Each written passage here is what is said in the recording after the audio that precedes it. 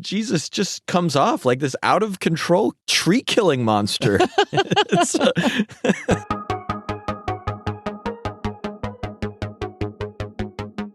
Well, hello, everyone, and welcome to the Bible Geeks Weekly Podcast. This is episode 124. I'm Brian Shealy. I'm Ryan Joy. And thanks so much, everyone, for tuning in. We are in week 37 of our cross-training series. We've wrapped up a conversation last week about watchfulness, and this week we're going to start up a whole conversation about fruitfulness, something that we've talked about previously on the podcast, something that we love to talk about, being more productive for the Lord. And our first subject here, thinking about accountability. And accountability is so important, especially when we consider the fact that every one of us are going to be judged for the things that we've done, whether good or bad. Yeah, so it makes me think of a question. How stressed out would you be all the time if you worked on commission? Yeah, that's good. I was just thinking about how much I would just sweat going into work, knowing that my wage was fully dependent on my performance in like this absolutely direct way, because every sale affects my bottom line. Or even working for tips as a server, when you're going to be evaluated for your performance on something in every little part of your job, it raises the stakes. And I remember in school, there were assignments that you knew affected your grade. And then there were those assignments that the teacher was like, I don't need you to get all the answers right, but I want to see that you worked on it. And my mind goes, oh, okay. So this one doesn't matter at all. And like you said about being judged, about being accountable, I think a good starting point for talking about fruitfulness is realizing we'll be evaluated based on what we do.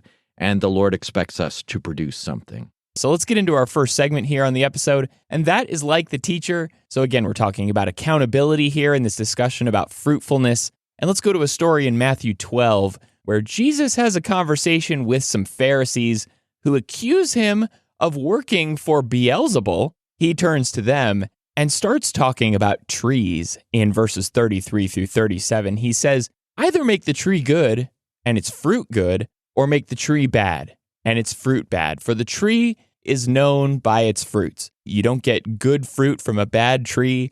And what Jesus is saying here is, I know what kind of people you are because of the things that you say and the things that you do. And he's really talking about words here for the most part, because he says, for out of the abundance of the heart, the mouth speaks.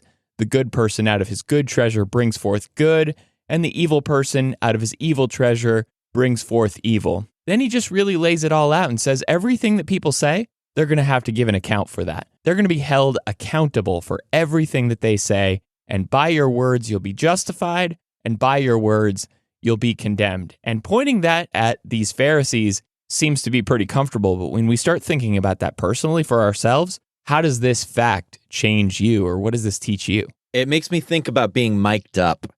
You're mic'd up right now. I'm mic'd up right now, and I am very aware of it.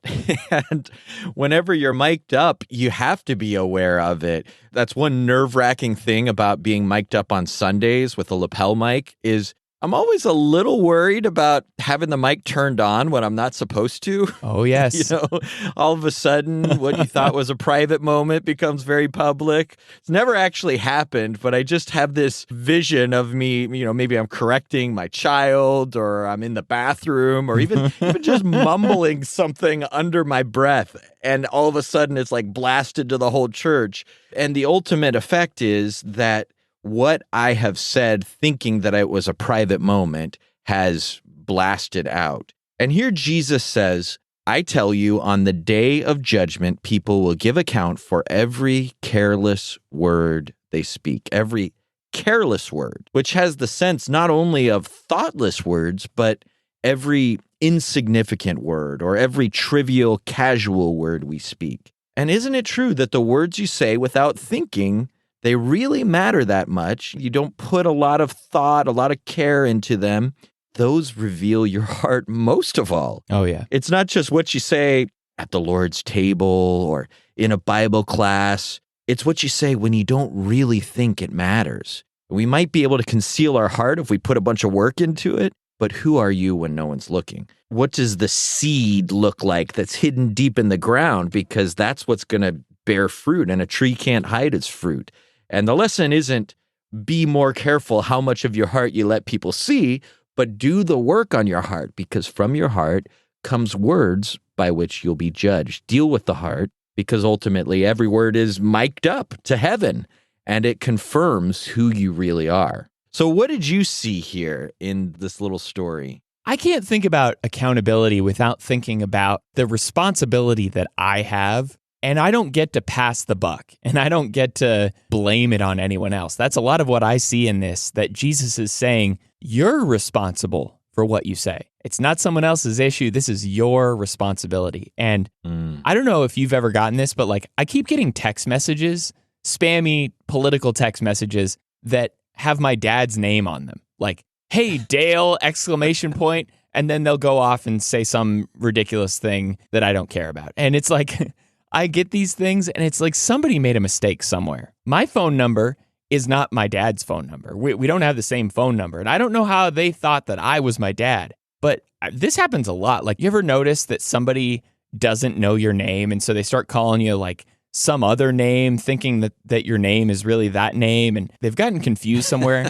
But from the standpoint of just how easy it is for people to mistake one name for another, and there are no clerical errors or mistaken identities when it comes to God. And I think that's just what I see here, is that God has no problem understanding who is the one responsible for a particular thought or word or activity. God knows exactly who's at the source of it. It's these people's problems. It's their words that they're going to have to give account for. We're never going to have something thrown in our face and us be able to say, well, I didn't say that. I've never said that. You must be thinking of somebody else. Yeah, there's a proverb of sorts that Jeremiah says in Jeremiah 31. He says, those who eat the sour grapes will be the ones whose mouth will pucker or whose teeth will be set on edge. You know, you don't eat something and then somebody else goes, woo, that lemon really got to me.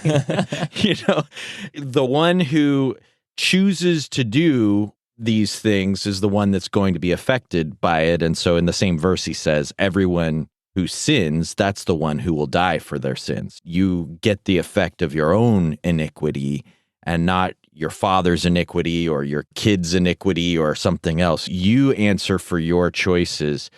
And isn't it funny how in movies, people always want to make heaven into this place where there's a lot of paperwork going around, the kind of place where clerical errors might happen. No, there's no, oh, that got put into the wrong mailbox in heaven. This is all a clear accounting system where we each answer for our own actions, and that is both reassuring and quite sobering. Absolutely. All right, so let's get into our second segment here on the episode, and that is, do you understand? Do you understand anything they're saying? Oh, yes, Master Luke. Remember that I am fluent in over 6 million forms of communication. What are you telling them? Hello, I think. So here on the episode, we're talking about accountability and judgment, and so we're going to ask a couple of questions about accountability and judgment. And so I've got a question for you, Ryan, if you're ready to go. Let's go. What does it mean to abide in Christ? From John 15, as Jesus is talking about the vine there, what does that really mean to abide in him? Yeah, it's a great question. So the verses there in John 15, verses 5 and 6 says, I am the vine, you are the branches. Whoever abides in me and I in him, he it is that bears much fruit. Apart from me, you can do nothing. If anyone doesn't abide in me, he's thrown away like a branch and withers, and the branches are gathered, thrown into the fire, and burned. So you can certainly see how that ties in with this idea of accountability and of fruitfulness. So let me start with something that my son Asher said the other night. We were all playing this game, naming what is the fastest animal. So somebody said, peregrine falcon is faster than a cheetah. Well, a cheetah is faster than a human. And a human is faster than... And there's this silence. And Asher yells out from the back, a tree! Well, certainly. And trees and their branches aren't known for moving very fast. Branches don't run away from a tree or a vine. And this is like intrinsic to treeness, right? They slowly grow in connection with the tree. The movement is slow and it's not going very far.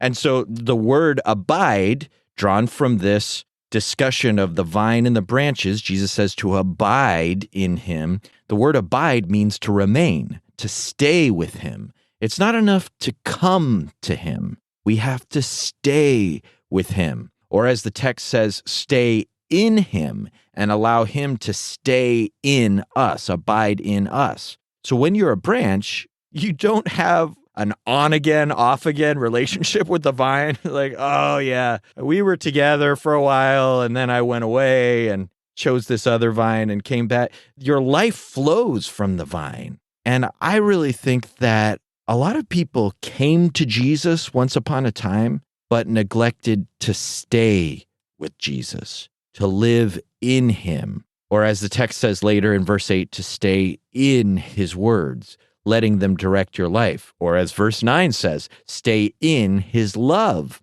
letting his love fill you and lead you and change your life. And I think the next two verses make it clear that though obedience is the heart of abiding in him, we're submitting to him and his will, and so his presence and his leadership and his guidance are with us, and he is with us. It's for joy. It's not just for judgment. He says in verses 10 to 11, if you keep my commandments, you will abide in my love, just as I have kept my Father's commandments and abide in his love.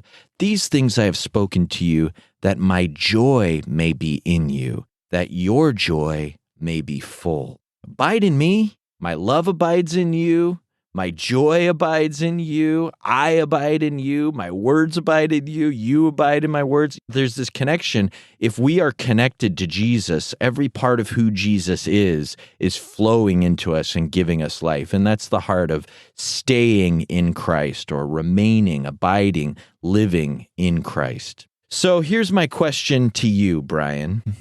It goes back to a weird incident in 1 Samuel 15 where we see God upset with Saul and something he's done. So why was God so upset with Saul in that story? Yeah, we've been talking about obeying the Lord here. And I think what we see in Saul is just kind of a string of failures. And this is almost like the straw that breaks the camel's back, so to speak. Like, God had regretted making man back in Genesis 6 in Noah's day when their thoughts were evil continually. Now he regrets making Saul the king. In 1 Samuel 15, Saul is not listening to God. Saul is not abiding in God because God gives him a simple command in verse 3.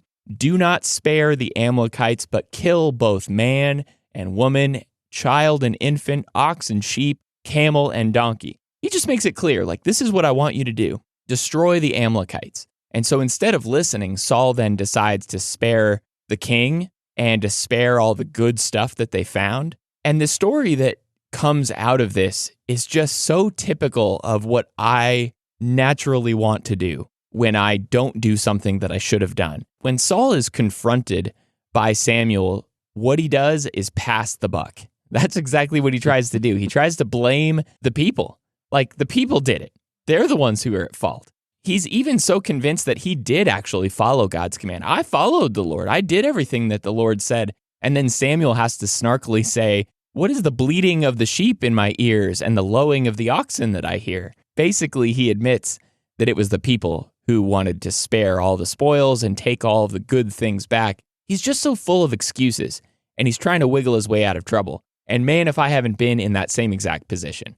Walking in thinking I did everything right, and then when I'm confronted about it, blaming it on somebody else, not really thinking it's such a big deal. But God really treats this as a big deal. He's so upset with Saul that he takes away his kingship from him. Why is God so upset with Saul here? I think it's because Saul was in charge. And he was the one who was installed as the king. He should have been responsible, but he wasn't. He presumed to know what God wanted, and then he rebelled and just did whatever he wanted instead. If that's not a humbling reminder for me, I don't know what is, because I can definitely be guilty of the things that Saul did, but I need to always remember that God's going to hold me responsible, not only as an individual, but also as a leader in my home, in the community that I live in, and the responsibility and the blessings that I have to speak his name in this world? What does God expect of me? And am I following him to the letter of what he's given me to follow? And it's interesting, isn't this the story where Saul tries to say, well, I wanted to offer a sacrifice? Oh, yeah. We kept everything so we could give you sacrifices. And he has to say, Yeah. I'd much rather you obey me than give me sacrifices. Yeah, I mean, there's always like, I could spin this for good. I can make some lemonade out of this. And it's like, no, I actually want you to just do the thing I said. That'd be great. That would be what I need from you is I'm telling you what is right. And if you just do what I say instead of improvising, you're going to be doing the right thing. You're going to please me. For sure. So our third question here, let's go back to Jesus here in Mark 11. Why does Jesus curse the fig tree? It's one of the weirdest stories, I think, that we find in the Gospels. Jesus just doesn't really appreciate this poor tree. Why is that? And what does that have to do with accountability? Yeah, it really doesn't seem fair, does it? This poor tree isn't producing for a hungry Jesus, so he just curses it there in Mark 11, 12 to 14. The text even says it's not the season for figs to produce. Jesus just comes off like this out-of-control tree-killing monster. Especially, man, if you're an environmentalist. And I know that all sounds a bit dramatic, but it's also a complete misreading of what's happening here in Mark. Yeah. Mark likes to bracket two different stories together to help us understand them both better. Thankfully, he does that here, and it really helps. Sometimes they're called Markan sandwiches, which sounds kind of tasty, like a Cuban sandwich. No, this is a Markan sandwich. And this happens about a dozen times in Mark, where Mark is in the middle of a story, and then he puts another story in the middle of it before returning to the rest of the story. And together they form a whole that gives us a better sense of the meaning. So, for instance, the story of Jesus forgiving sins appears within the story of Jesus healing the paralytic in chapter 2, or the story of the woman with the issue of blood happens within the story of the healing of Jairus' daughter in chapter 5. So here we have a Markan sandwich where Jesus curses the fig tree, and then he cleanses the temple, and then he expounds on the curse of the fig tree, so that in case it wasn't already clear, we can understand the curse of the fig tree relates directly to the cleansing of the temple. And I think there's this idea that Jesus was just out of control, going red with rage on impulse, hulking out on the temple and on this tree. And neither one is really true. He was certainly angry, but these were intentional, deliberate, prophetic sign acts of judgment upon Israel. These were things that he was communicating through. Israel was meant to be a fig tree that bore fruit for God. Jeremiah 8:13 talks about them as a fig tree. Micah 7:1 talks about the fruit. The temple was meant to be, as Jesus says in this passage, a house of prayer for the nations. But instead, it was a bandit's den. So God is going to bring judgment on it, which Jesus also foretells. And God is going to bring judgment on Israel, which Jesus foretells in the way that this attack is going to come on Jerusalem and on the temple. And my favorite picture to explain all of this is actually of a vineyard. And that comes in Isaiah chapter 5, verses 1 to 7. And he comes back and recounts it in chapter 27 in a different way. And this is kind of a long reading, but I think it's so beautiful and shows what this is really about. It's this song for the beloved vineyard. It says, "Let me sing for my beloved my love song concerning his vineyard. My beloved had a vineyard on a very fertile hill. He dug it and cleared it of stones and planted it with choice vines. He built a watchtower in the midst of it, and he hewed out a wine vat in it. And he looked for it to yield grapes, but it yielded wild grapes. And now, O inhabitants of Jerusalem and men of Judah, judge between me and my vineyard. What more was there to do for my vineyard that I have not done in it? When I looked for it to yield grapes, why did it yield wild grapes? And now I will tell you what I will do to my vineyard. I will remove its hedge, and it shall be devoured. I will break down its wall, and it shall be trampled down. I will make it a waste. It shall not be pruned or hoed, and briars and thorns shall grow up. I will also command the clouds that they rain no rain upon it. For the vineyard of the Lord of hosts is the house of Israel, and the men of Judah are his pleasant planting. And he looked for justice, but behold bloodshed, for righteousness, but behold an outcry. God is bringing judgment on his vineyard that he loved so much and poured everything he could upon it, all of his favor, all of his attention, and they bore no fruit. Instead, they brought the fruit of unrighteousness, of injustice and wickedness and dishonesty and violence and impurity. And he says, I'm going to bring judgment on it. I'm going to tear down that wall and it's going to be devoured. And really, that is the same basic parable that Jesus is telling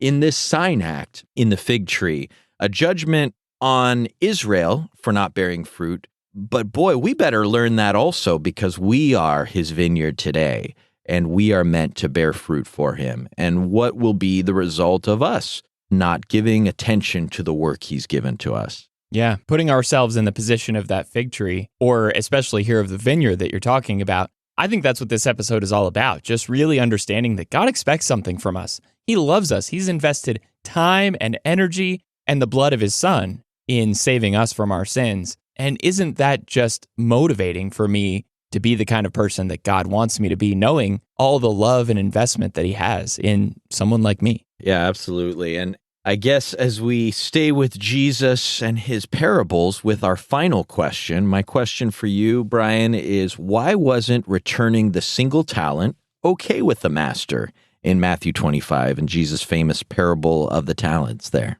Yeah, that's always a hard one for me. You get to the one talent man in Matthew 25, and I feel so deeply for him. Like, I feel bad for him in a lot of ways. Like, it seems kind of unfair that he is treated so harshly. He did give his master back the one talent that he was blessed with, but there were expectations that the master had of him. And I see at least two problems with this one talent man that the text bears out here. First of all, the fact that he wasn't taking responsibility for his actions, it almost seems to me like he's trying to blame the master for being harsh. I knew that you reaped where you did not sow. He's kind of almost laying this at the feet of the master for being the kind of man that he is.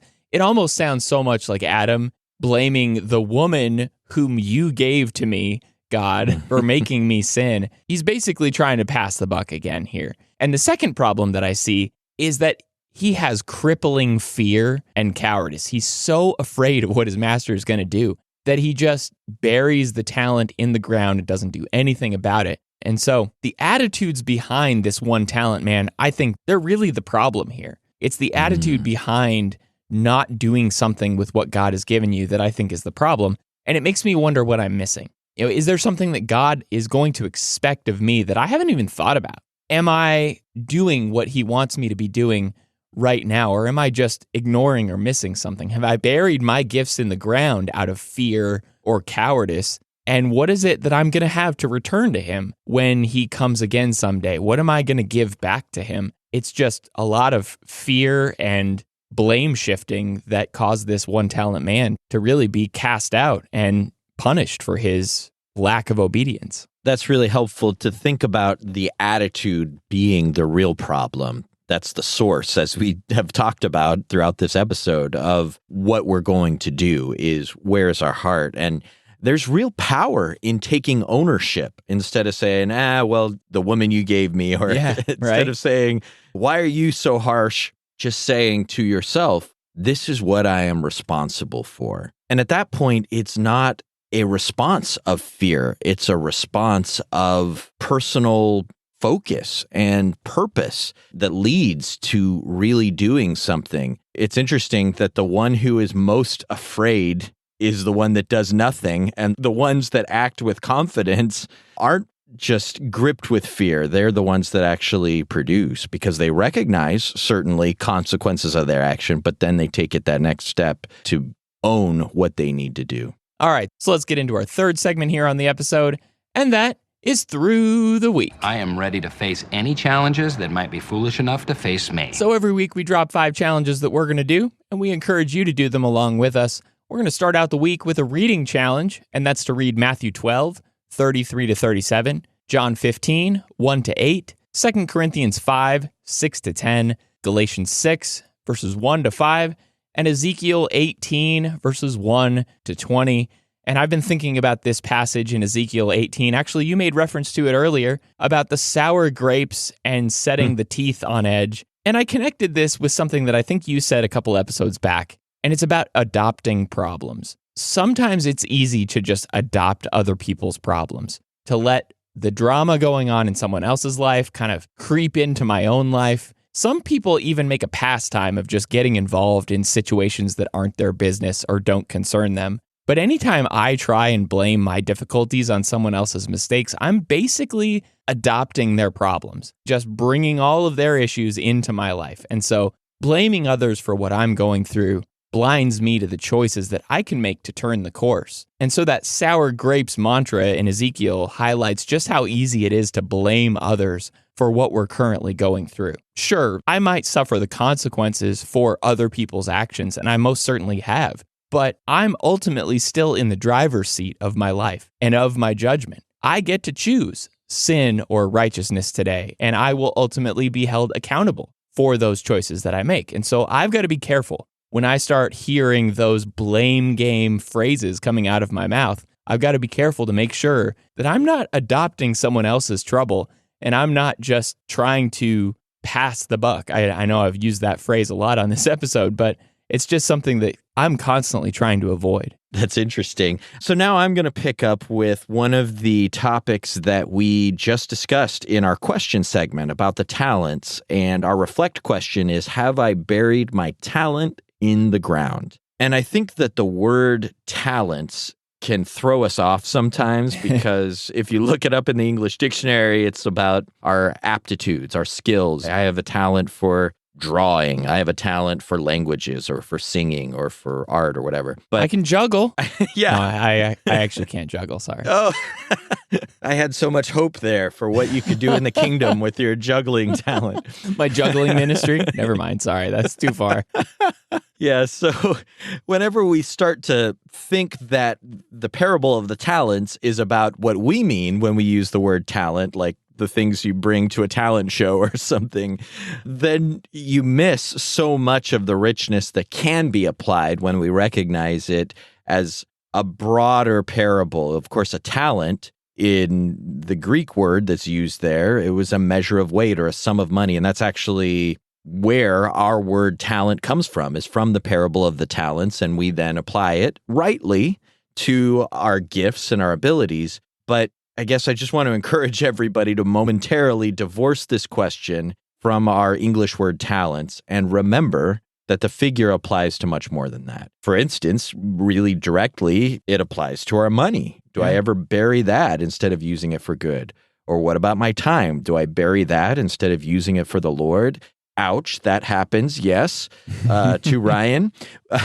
What other resources do I have? Do you have? It includes our abilities, but I just needed that reminder to not limit it to that, because there's certainly no indication Jesus had that specifically in mind. And I think if we open it up and ask this question and reflect on it, it's going to bear some more fruit in our lives. Yeah, what resources do I have is always a great question to ask. And am I using all of those resources for the service of the Lord? That idea of being a steward really just plugs right into that when we start looking around to see that the Lord has blessed me with all of this stuff. What can I do to use it effectively for him? Yeah, absolutely. All right, so our next challenge is a request challenge, and that's to pray to the Lord this week. "O Lord, be gracious to me and heal me as I acknowledge my sins against you." And that comes from Psalm 41, verse 4.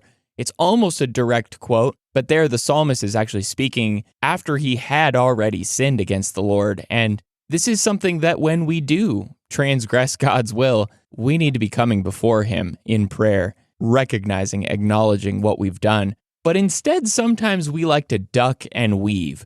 I don't know, like Neo in The Matrix, who is trying to dodge all the bullets as they're flying at him. Like, we do that sometimes with taking responsibility. We duck and weave, trying to dodge all of these accusations against the things that we've done wrong. But we stand before God kind of like a kid whose face is just covered in chocolate. Like, we can only deny eating the candy bar for so long. God is definitely not fooled by our deflection. And so if we're really honest with ourselves, we know we did something wrong. God knows we did something wrong. And so prayer is something that is an opportunity for confession, owning our mistakes, sorrowfully with repentance coming to the Lord God, asking for forgiveness. And there's another Psalm, Psalm 32, verse 5, that kind of reminds me of this as well. He says, I acknowledged my sin to you, and I did not cover my iniquity.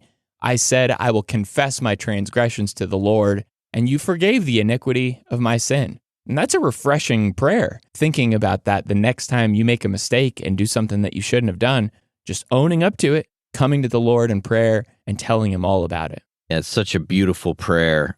My favorite part of that prayer of David's there in Psalm 41:4 is as he acknowledges his sin, he says, heal me or heal my soul. And I think sometimes we miss that part of it, that we need a different kind of healing than just praying for the sick to get well, though that's important. We need a healing from the Lord in our soul. And that's the literal meaning there, heal my soul. And another challenge we're going to do this week is to respond, to do a secret good work that no one will know about but the Lord. Kind of be a secret agent of good this week. I like it. Yeah, we spoke a few weeks ago about the spiritual superpower, so to speak, of invisibility that comes when we do good deeds. It just makes me think of this picture of being a secret agent of good, this invisible force in the lives of people around you, bringing joy. Dropping off a pot of flowers on a neighbor's porch. You could be the invisible man doing that, or you could just do it when nobody's around and just drop off that gift for them. Sneak a card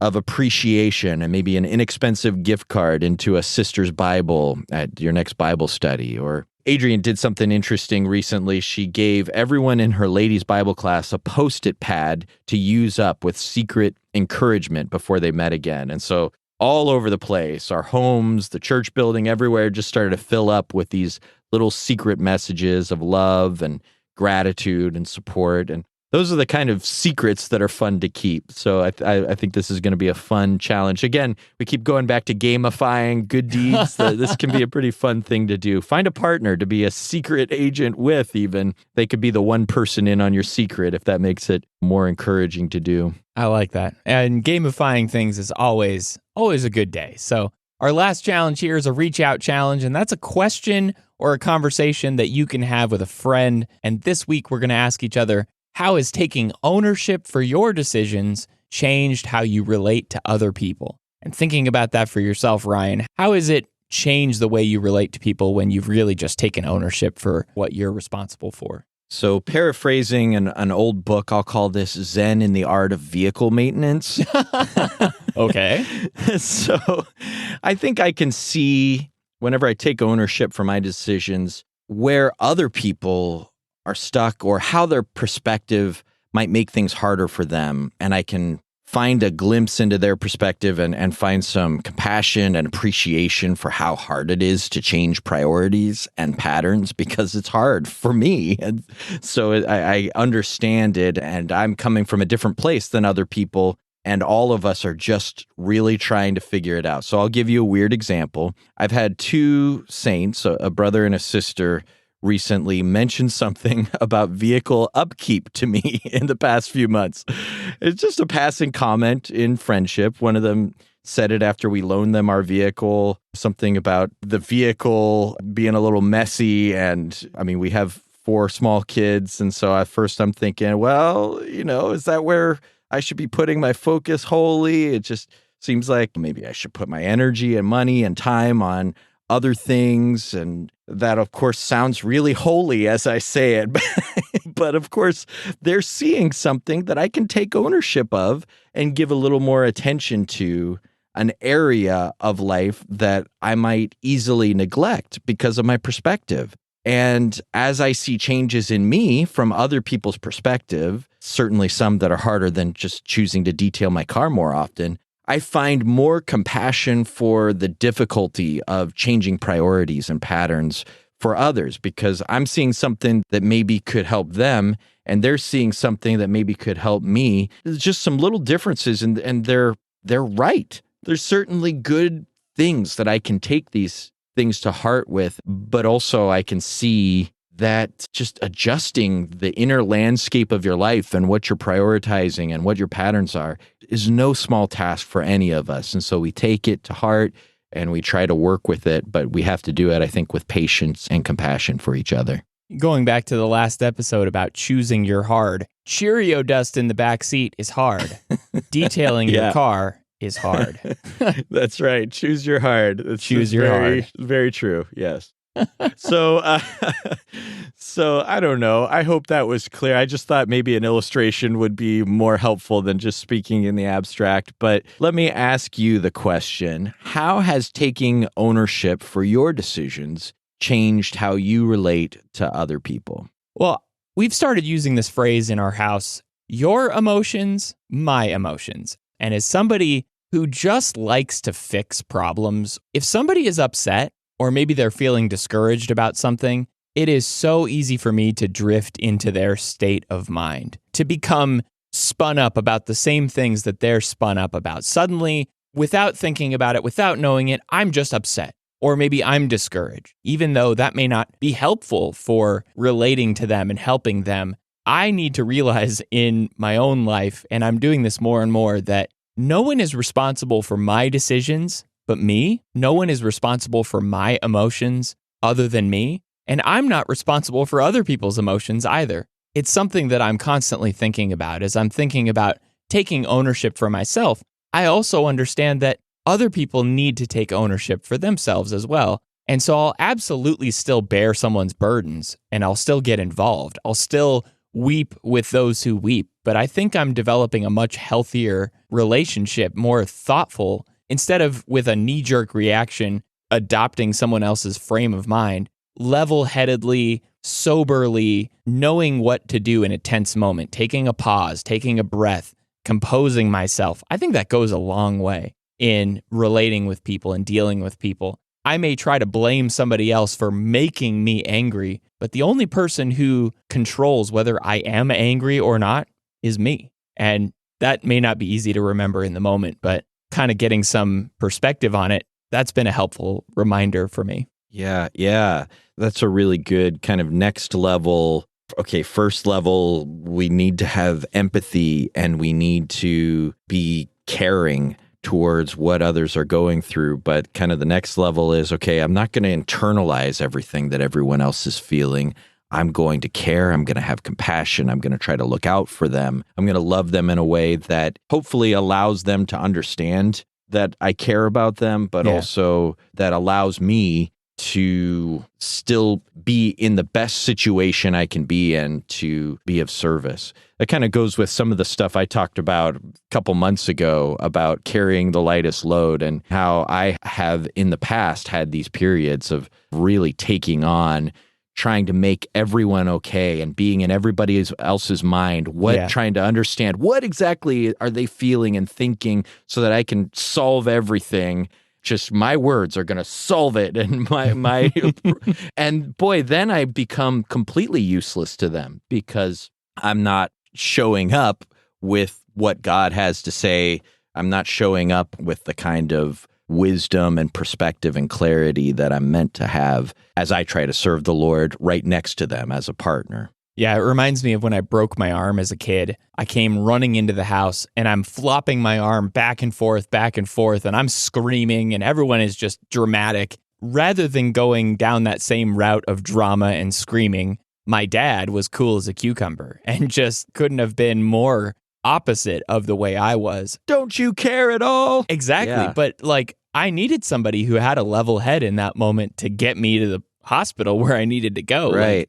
To be that kind of healing influence on people, sometimes you just have to be detached enough to control your emotions so that you can be a blessing to other people and a benefit for them. Yeah, that's a really good insight. All right, so that's our conversation here on accountability. Next week, we are going to be off. It's our regularly scheduled break.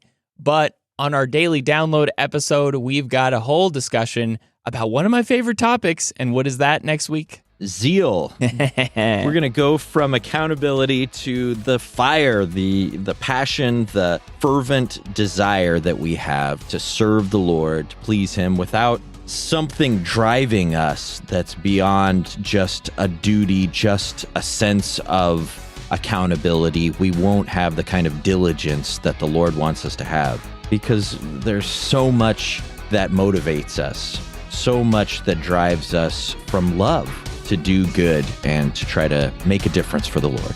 Looking forward to that. Thanks so much, everyone, for tuning into the Bible Geeks podcast. You can find us on our website at BibleGeeks.fm. You can find show notes for this episode in your podcast player of choice or at BibleGeeks.fm/124. You can also follow along with this cross-training series there on our website as well. And if you haven't already done so, please go ahead and rate and review the show in Apple Podcasts. We would definitely appreciate that. And until 2 weeks from now, may the Lord bless you and keep you. Shalom.